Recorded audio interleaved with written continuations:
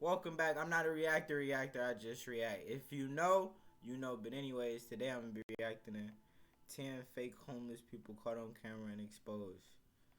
Like, share, comment, subscribe, please. Let's get to it.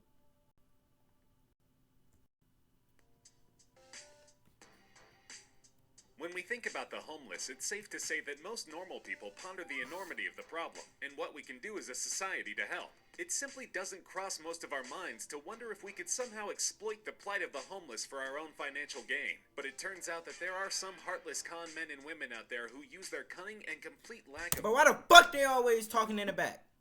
Shut the fuck up, man. Damn.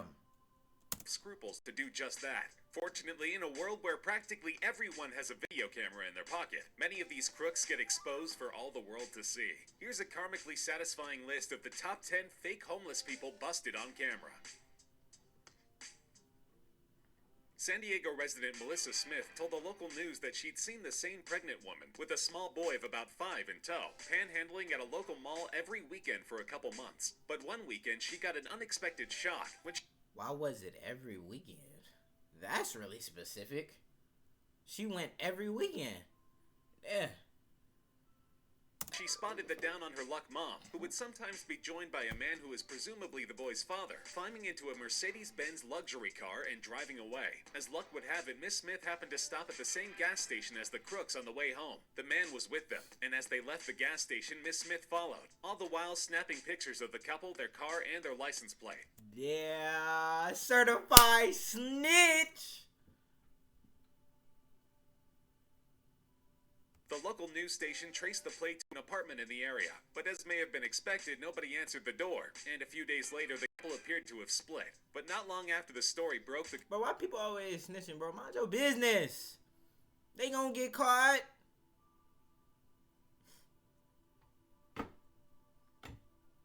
Karma got him. You ain't gotta worry about it, sis.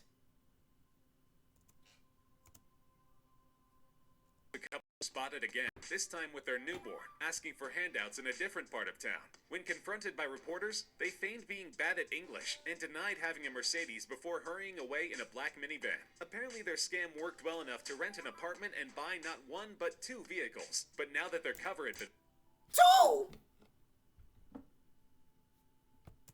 it's unlikely they'll be able to milk San Diego residents for any more of their hard-earned cash.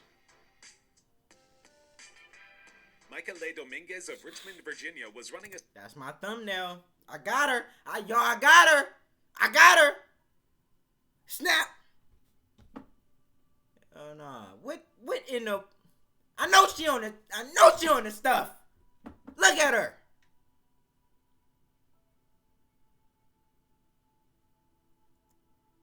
Why she look like that? similar con, and she may have been able to keep pulling it off for a little longer, or at least avoid a jail, if she weren't as foolish as she is crafty. Alert residents who had noticed her panhandling throughout the city confronted her in a video that quickly went viral, as she was getting ready to take off in her shiny new Fiat, which she had left in a McDonald's Y'all funny, man. Y'all funny out here trying to fake it. parking lot during her begging excursion. She insisted that the whistleblowers leave her alone, dodging questions about her activities and her car before finally and lamely asserting that she has a disability, the nature of which she of course refused to disclose. After her sudden YouTube stardom, she inexplicably chose to go right back to the same routine, and the public was quick to call her out. In the middle of being caught on video yet again scamming the public, she began lobbing Gatorade bottles at a car, which was enough to earn her a well-deserved trip to jail. Ms. Dominguez will want to think twice before trying to run her con in Richmond again, but somehow it seems likely we haven't seen the last of her. Gary Thompson was a regular on the streets of Lexington, Kentucky, and if you'd seen him, you probably would have reached for your wallet. The wheelchair-bound Thompson spoke with the childlike, halting cadence of the profoundly mentally disabled, and told the story about how a settlement that his mother had received for the motorcycle accident which had disabled them as a child, to the tune of $2.5 million, had long since dried up. That part was true, and Gary indeed need— What you do with the 2.5, my guy? What you do? You spent it on— what? You spent it on bitches and chains, my nigga? Cause I don't see no bitch or no chain, nigga.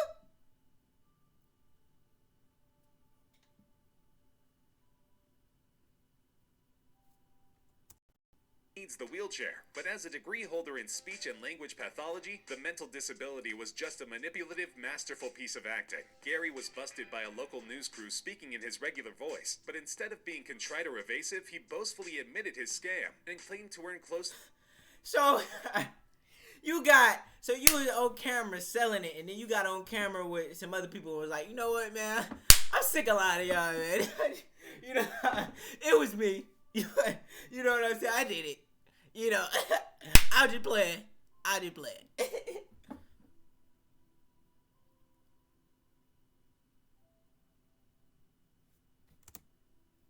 To $100,000 per year perpetrating it. Predictably, the story went viral, and the intense public backlash was enough for Gary to his tune. In a follow-up story a few years later, he claimed to have quit Panhandle.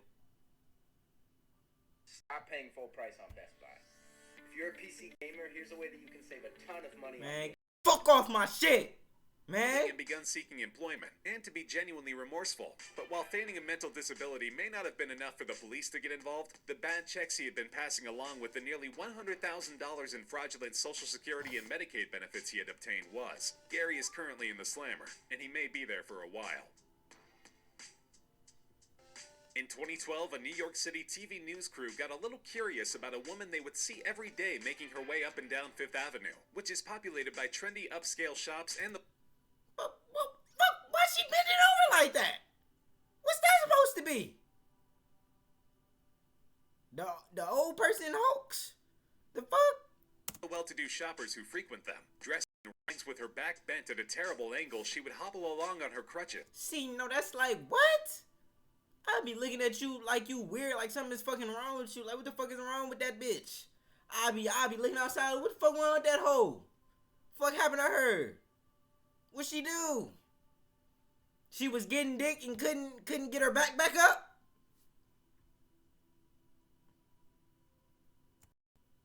Shaking her cup and asking for donations, and she would get a lot of them. The news crew watched her day after day, scoring up to 50 donations per hour, and then hopping on a crosstown bus, getting into a black van, and emerging as a completely different woman. As you can see, she is neither dressed in rags nor having any difficulty with walking. And once they compiled this smoking gun evidence, the woman was confronted while in costume by a reporter and cameraman. In costume. Ha! Stop this. Refusing to break character, the woman hobbled away while the reporter implored her to give up the act, to no avail. Oh no. She was like, we got you now, bitch. We got you now. Give it up, bitch. We got you. Take it off. You can't fool me, bitch. Yeah. What?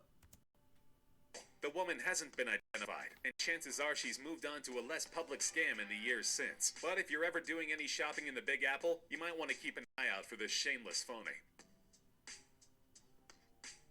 In 2016, a beggar in the city of Altai in northwest China tried an unbelievably ridiculous method of feigning disability in order to gain sympathy. Video, which went viral throughout China, showed a suspicious passerby interrogating the man, who appeared to have lost his legs below the knee. But the passerby forcibly removed the man's pants, exposing his impressively contorted What? Y'all be out here thinking of anything, huh? He put his legs in his shorts. That take a lot of effort. That's hard. I can't even do that. What?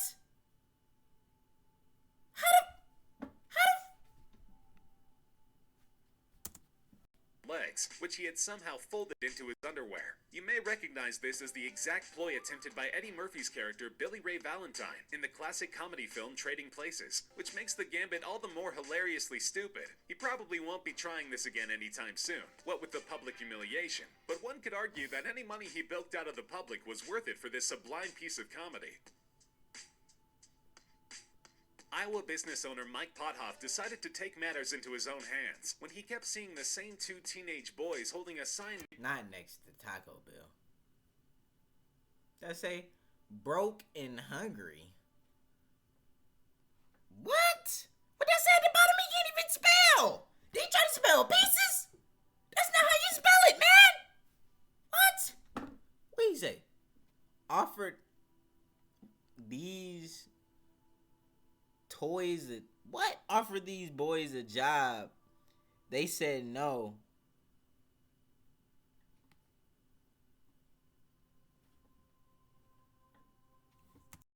Reading "Broken Hungry, Please Help" on a street corner by his place of business for several days. He approached them and offered them a job in his store. But instead of being grateful for the offer of gainful employment, they turned him down, telling him that they weren't from the area. Mr. Pothoff was puzzled, but his puzzlement turned to anger when he saw the same boys holding the same sign a couple days later. He repeated his offer but was turned down once again, so he made a sign of his own, one which read, "Offered these guys a job, they said no, don't give money." A picture posted to Facebook of Pothoff standing side by side with one of the panhandlers, each holding their signs, quickly went viral and led to a story on the local TV news. Amazingly, he says that his job offer is still open, and even more amazingly, that this isn't the first time he's had a job offer turned down by a panhandler.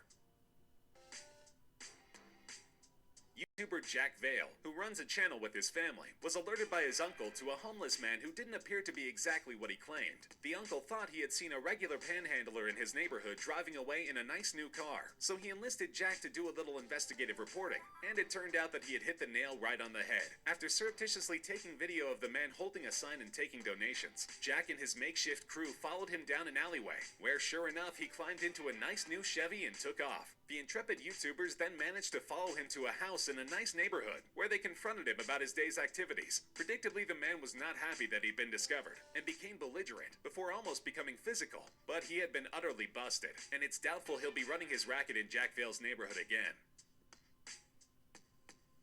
Portland, Oregon's Michelle Botch won over the hearts of the town's residents with a sob story straight out of a patriotic country song. A Marine veteran who had served in Iraq and Afghanistan, Bocce had endured a litany of hardships, losing his wife. You kidding me, right?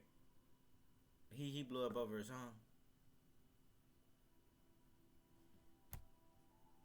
Life in childbirth, and even having his beloved dog, a bomb sniffer who had been by his side throughout his service, get struck by a car and killed. Social media campaigns called attention to his plight as a heroic widower with 2 young children about to lose his home, and the donations have poured in from churches and community groups throughout the area. But one determined reporter from a local TV station started. Is he sitting there eating grapes out of a fucking jar? Cherries, whatever the fuck? Niggas is weird! You're weird! This nigga's weird! Tugging at strings, and before long, Bocce's whole story had totally unraveled. For starters, he had never served in the Marines or any other branch of the military. His entire service record, along with his stories of being a war hero and earning a Purple Heart, was totally fabricated. He had never been married, and the children he had been posting pictures with on social media were those of his friends and acquaintances, not. So your friends was in on it too?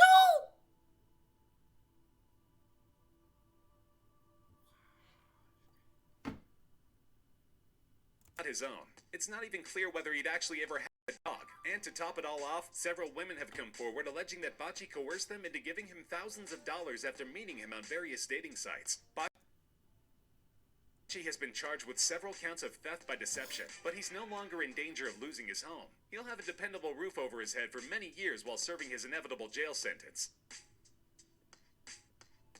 Former Army medic Garrett Goodwin lost his cool when he spotted a man on the streets of his hometown in full military garb, with a sign stating that he was a homeless Army vet. Goodwin had no way to tell if the man was actually homeless, but he was pretty sure the guy was no veteran, and he wasn't about to let that fly. When confronted with the burly Goodwin, the decidedly more slight imposter dropped his story in no time flat, admitting that he didn't have a military ID card and responding to Goodwin's demands to take off my uniform with nothing more than a contrite "yes, sir." Goodwin's continuing to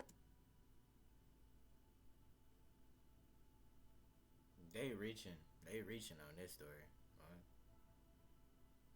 I don't think he said all that, bro. Man, he's just trying to make that nigga look like a bitch. Like that nigga was like, "Yes, sir." You reason. Rang the man after he complied with this demand earned him a few scornful remarks on social media, saying that he had gone too far and crossed the threshold into outright bullying. But it's easy to see why this kind of thing provokes the ire of those who have served, and it happens with disturbing frequency. YouTube channel Epic5 TV posted a video in which one of their contributors strikes up a conversation with a supposedly homeless down on his luck guy in Las Vegas. He at first offers money, which the guy would have gladly accepted, but the YouTuber then claims to be out of cash, and instead offers to pay for a hotel room on his credit card, which the guy declines. It turns out that he did so for a pretty good reason. Unbeknownst to the con man, the same contributor had encountered him weeks earlier, while filming a prank video in which he asks random bystanders to help him rob a bank to get their reactions. The guy admits that his getup is just a costume and that he owns a house, probably figuring that anyone with enough. I just don't understand how y'all really out here faking it. Like, what's the point of faking to be homeless?